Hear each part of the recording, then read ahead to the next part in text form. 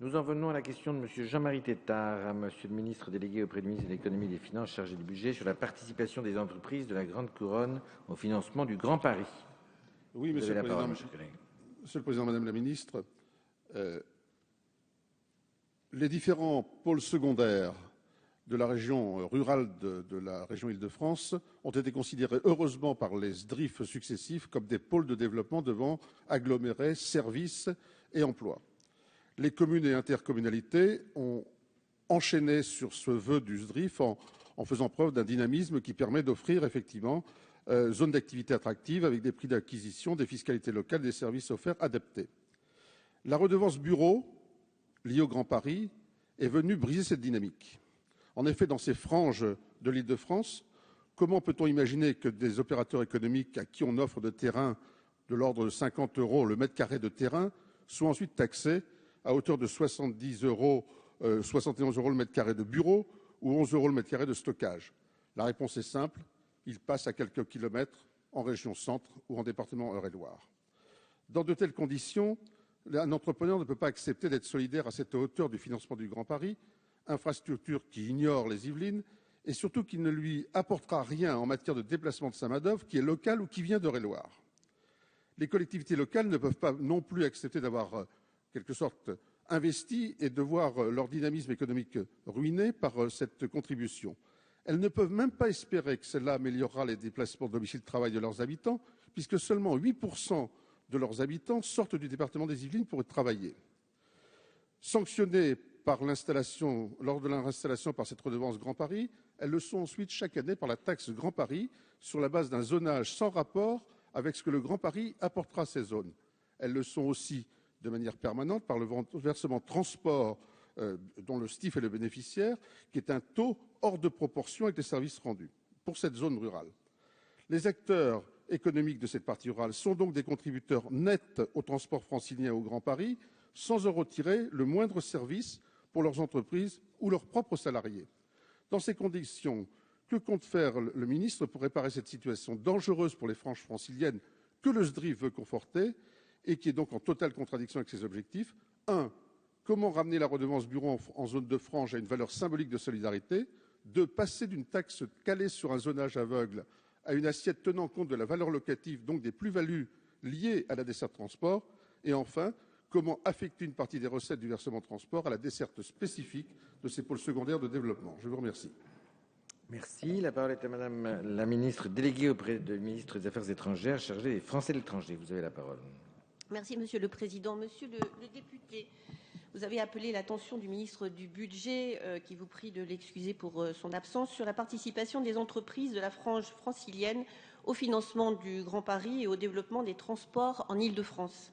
Vous évoquez notamment les conséquences de la redevance sur les bureaux sur le dynamisme des communes et intercommunalités de la frange francilienne. Le produit de la redevance est attribué à la région d'Île-de-France et vient abonder son budget d'équipement en vue de financer les infrastructures routières et les équipements nécessaires au desserrement d'activités industrielles ou tertiaires. Ainsi, en contrepartie de la redevance, les acteurs économiques tirent avantage du dynamisme et de la croissance liés sur l'ensemble du territoire de la région Île-de-France à la réalisation de ces infrastructures.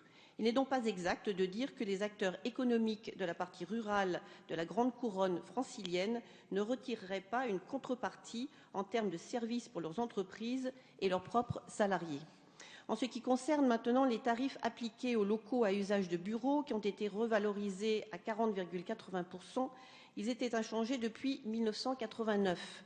Les tarifs sont par ailleurs réduits de 65% pour les locaux commerciaux et de 85% pour les locaux de stockage.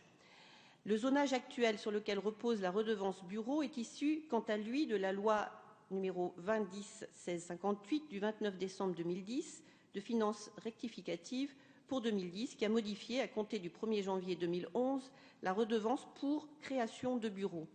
Le zonage sur lequel reposaient les taux différenciés de la redevance a été révisé afin de tenir compte du développement économique qu'ont connu depuis certains territoires franciliens et qui sera encore renforcé sous l'impulsion du Grand Paris. Il est identique à celui retenu pour la taxe annuelle sur les bureaux. Il ne paraît pas aujourd'hui souhaitable de revenir sur ce zonage.